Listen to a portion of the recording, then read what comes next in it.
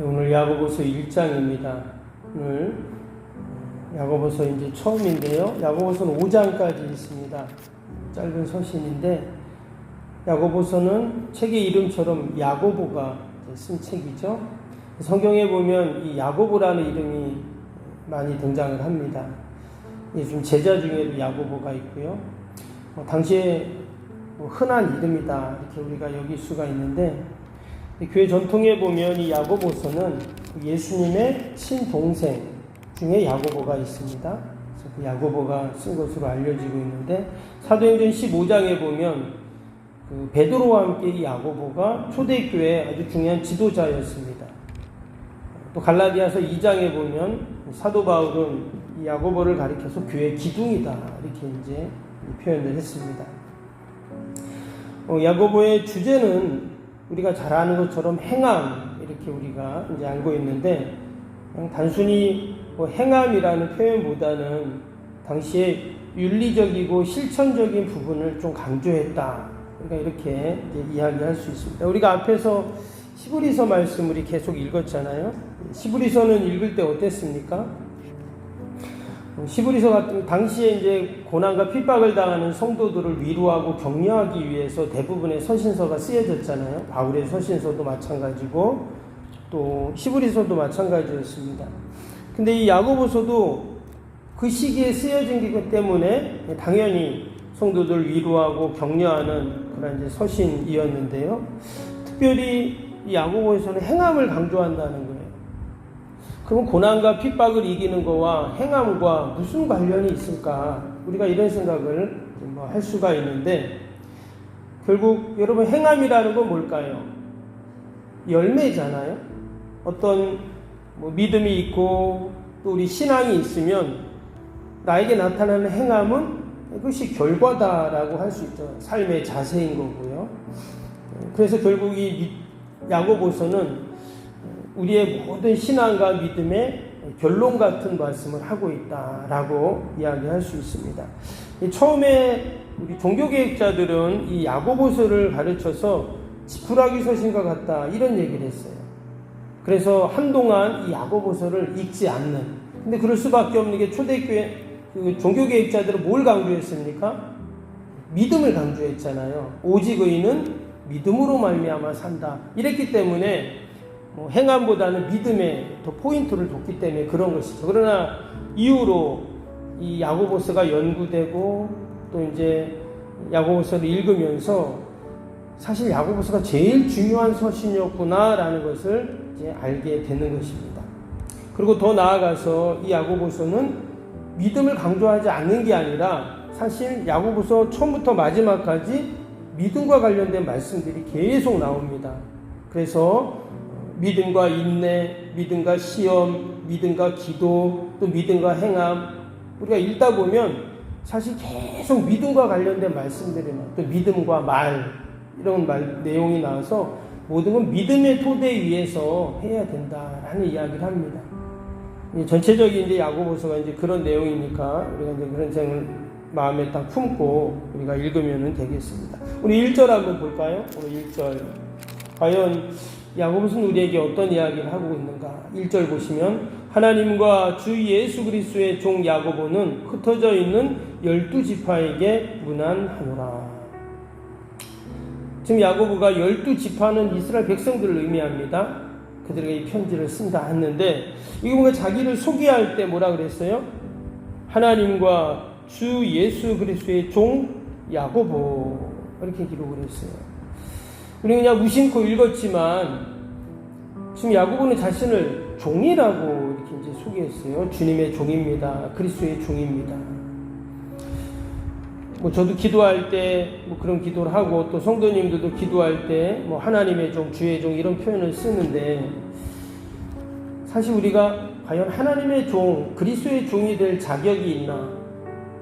또 내가 그런 역할과 사명을 잘 감당하고 있는가?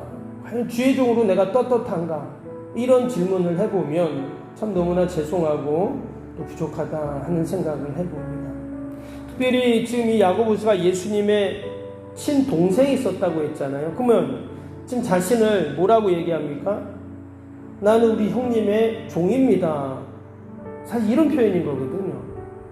근데 우리가 아는 것처럼 이 예수님의 그 가족들, 형제들은, 친족들은 예수님의 공생애의 전까지는 예수님을 메시아로 인정하지 않았습니다. 그쵸? 그리고 나중에 이제 예수님이 공생애를 시작할 때, 그때도 예수님을 인정하지 않죠. 나중에 예수님이 십자가에 달려 죽으실 때, 이제 그때서야 이제 성경을 보면 그들의 마음이 바뀌는 것을 우리가 보게 되는데, 그럼 여러분, 무려 30년 동안 같이 집에서 먹고 자고 함께 생활을 했어요? 근데 그 가족을 내가 하나님의 아들, 이렇게 말한다는 게 쉬울까요? 쉽지 않습니다. 심지어 복음서에 보면 어떤 일이 있냐면 예수님 막 기적을 행하시잖아요. 그러니까 이제 그 친족들이 뭐라고 하냐면, 야, 이 나사렛 같은 시골에서 저런 능력을 가진 사람이 썩는 게 참 아깝다. 저기 예루살렘 같은 데 가서 그 능력을 한번 좀 이렇게 사용해서 뭔가 좀 이렇게 좀 출세해서 우리도 좀 무슨 그런 떡고물이라도 먹을 수 있도록. 그러니까 예수님의 그 능력을 돈벌이로 생각한 거예요. 가족들, 그 친척들이. 그랬던 야고보입니다. 그랬던 야고보가 이제는 뭐라고요? 주 예수 그리스도의 종 야고보, 이렇게 소개를 했다는 거예요.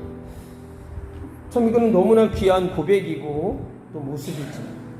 실제로 야고보는 예수님이 부활 승천하신 이후에 누구보다 초대교회 지도자로 열심히 교회를 섬기고 또 주님을 증거하는 삶을 살게 되죠.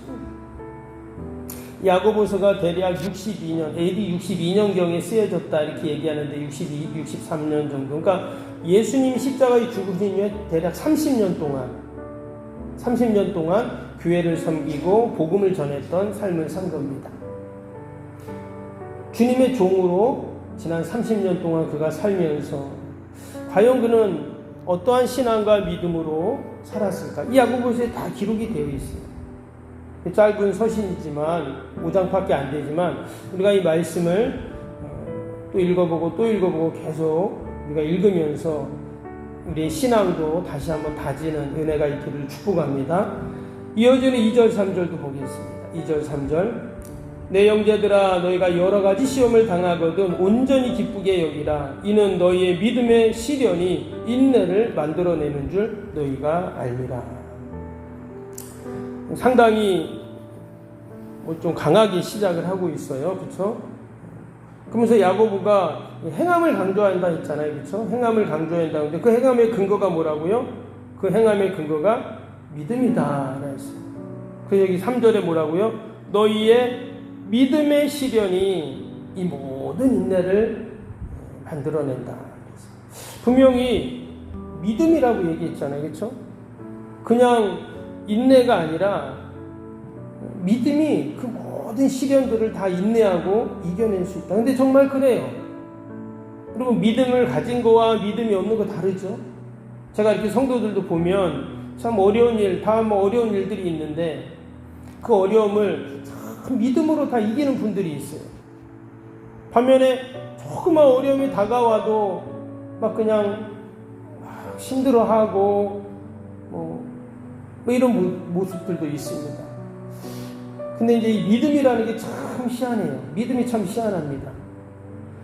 똑같은 상황이 돼도 믿음이 있으면 그걸 이겨내는 거예요. 여러분, 저와 여러분이 늘 믿음으로 견고해질 수 있기를 축복합니다. 지금 이 초대교회 성도들 고난과 핍박이 있는 그 시대에 이 야고보가 우리가 믿음을 가질 때 인내할 수 있고 그 시련도 이길 수 있고 2절부터 이제 쭉 8절까지 나오는 내용은 뭐냐면요. 믿음과 지혜예요. 결국 하나님이 우리에게 믿음을 주시면 어때요? 그 시련을 이길 수 있는 지혜를, 인내할 수 있는 지혜를, 또 문제를 돌파할 수 있는 지혜를 하나님이 계속 주신다는 거예요. 오늘 5절도 보세요. 너희 중에 누구든지 지혜가 부족하거든 모든 믿는 사람에게 후히 주시고 꾸짖지 아니하신 하나님께 구하라. 그리하면 주시리라. 이거 구한다는 건 기도잖아요. 그렇죠? 기도인데 여러분 믿음과 가장 밀접한 건 뭐냐면 기도예요. 여러분, 믿음 있는 사람이 기도하죠. 믿음 없는 사람이 기도합니까? 기도 안 하거든. 왜? 내가 기도하면 하나님이 지혜를 주시고 능력을 주신다라는 것을 믿기 때문에 기도하는 거거든요. 그래서 믿음과 지혜를 지금 또 연결시켜서 쭉 기도를 또 하고 있습니다. 6절도 보세요. 오직 믿음으로 구하고, 지금 믿음과 기도를 말하고 있어요. 조금도 의심하지 말라. 의심하는 자는 바람에 밀려 요동하는 바다와 같다. 우리가 믿음의 반석 위에 견고하게 서서 기도하고 또 어떤 시련도 우리가 넉넉히 이겨나갈 수 있고, 결국 다 뭐예요? 믿음이다라는 것을 우리에게 다시 한번 이야기합니다.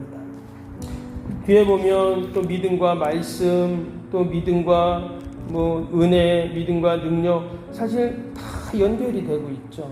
또 믿음과 삶, 또 마지막에 믿음과 경건, 다 믿음이에요. 그래서 우리가 오늘도 하나님 이 새벽에 기도할 때, 하나님 제가 참 믿음이 약합니다.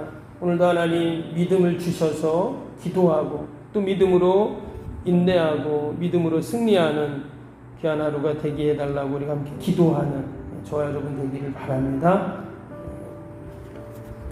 오늘도 말씀 생각하면서 또 함께 기도하겠습니다. 월요일 기도 함께 할까요? 월요일 기도와 헌신을 통해 보이지 않는 영적 성전 건축 먼저 이루어지게 하옵소서. 아멘. 모든 성도들이 믿음의 눈을 열어 하나님의 새 역사를 바라보게 하옵소서. 아멘. 성전을 봉헌하기까지 성도들에게 흔들리지 않는 반석 같은 믿음을 주옵소서. 아멘. 이웃사랑 섬긴 세계 선교가 한 채 틀어짐 없이 이루어지게 하옵소서. 아멘. 새로운 공간이 다음 세대 모든 열방을 구원하는 축복의 통로가 되게 하옵소서. 아멘. 교회 건축이 고통당하는 자들의 치유와 회복의 성산으로 쓰임받게 하옵소서. 아멘. 온 성도들이 주님의 거룩한 비전에 하나 되고 소명을 따라 헌신하게 하옵소서. 아멘. 각자의 형편은 다르지만 주님께 빚진 자의 마음으로 동일한 헌신을 하게 하옵소서. 아멘. 성도들이 물질을 드릴 때마다 세상이 줄 수 없는 감격과 기쁨을 누리게 하옵소서. 아멘. 성도들이 땅의 기름진 복을 받아 약속한 모든 헌신을 넉넉히 감당하게 하옵소서. 아멘. 모든 성도가 믿음 안에서 기적의 역사를 이루는 통로로 쓰임받게 하옵소서. 아멘. 사랑으로 하나 되어 주님의 몸된 교회를 더욱 잘 세워나가게 하옵소서. 아멘. 주님의 피로 사신 교회를 더욱더 사랑하게 하시고 서로를 돌아보게 하옵소서. 아멘. 성전 건축이 진행되는 동안 더욱 견고한 사랑의 공동체가 되게 하옵소서. 아멘. 공동체를 이어가는 어떤 역경과 도전에도 사랑과 믿음으로 승리하게 하옵소서. 아멘. 예수님의 이름으로 기도합니다. 아멘. 사랑과 은혜가 충만하신 하나님 아버지, 오늘도 오직 믿음으로 구하고 조금도 의심치 않게 하여 주옵소서. 우리가 믿음으로 주님 앞에 설 때 지혜도 주시고 시련을 인내할 수 있는 능력도 주시고, 또한 아버지 우리에게 늘 하나님의 사랑과 은혜로 함께 하실 줄로 믿습니다. 오늘도 하나님 약속의 말씀 꼭 붙잡고 믿음으로 기도하게 하여 주옵소서. 나라 민족과 교회와 이웃과 사랑하는 자녀들 다 올려드리오니 하나님 도우시고 함께하여 주옵소서. 무더운 여름 하나님 잘 믿음으로 이겨나가게 하시고 슬기롭게 잘 이겨나가게 하여 주옵소서. 특별히 우리 어르신들 환우들 꼭 붙잡아 주시어서 무더위에 건강 잃지 않도록 하나님 함께하여 주옵소서. 오늘도 모든 공사 일정 가운데 하나님께서 함께하시고 아버지 모든 필요한 것들 하나님 채워주시고 풍성케 하시고 하나님 영광 돌리게 하여 주옵소서. 하나님의 기적 같은 은혜들 축복들을 경험하는 시간들이 되게 하여 주옵소서. 모든 묶이고 막히고 닫힌 것들 풀어주시고 열어주시고 하나님이 앞길을 환히 하나님 인도하여 주옵소서. 오늘도 우리 사랑하는 자녀들 다 올려드립니다. 어디 있든지 믿음으로 살게 하시고 늘 하나님의 은혜만이 넘치게 하여 주옵소서. 하나님, 지진으로 고통당하는 수많은 이들, 또 전쟁으로 어려움을 당한 이들 다 불쌍히 긍휼히 여겨주시고 하나님의 은혜, 하나님의 도우심이 있게 하여 주옵소서. 이 땅에 진정한 하나님의 참된 평안이 있게 하여 주옵소서. 오늘도 우리를 이 기도의 자리로 부르셨사니 귀한 사명 잘 감당할 수 있도록 하나님 도와 주옵소서. 감사하며 예수님의 이름으로 기도하옵나이다. 아멘. 하늘에 계신 우리 아버지의 이름을 거룩하게 하시며 아버지의 나라가 오게 하시며 아버지의 뜻이 하늘에서와 같이 땅에서도 이루어지게 하소서. 오늘 우리에게 일용할 양식을 주시고 우리가 우리에게 잘못한 사람을 용서하여 준 것 같이 우리 죄를 용서하여 주시고 우리를 시험에 빠지지 않게 하시고 악에서 구하소서. 나라와 권능과 영광이 영원히 아버지의 것입니다. 아멘.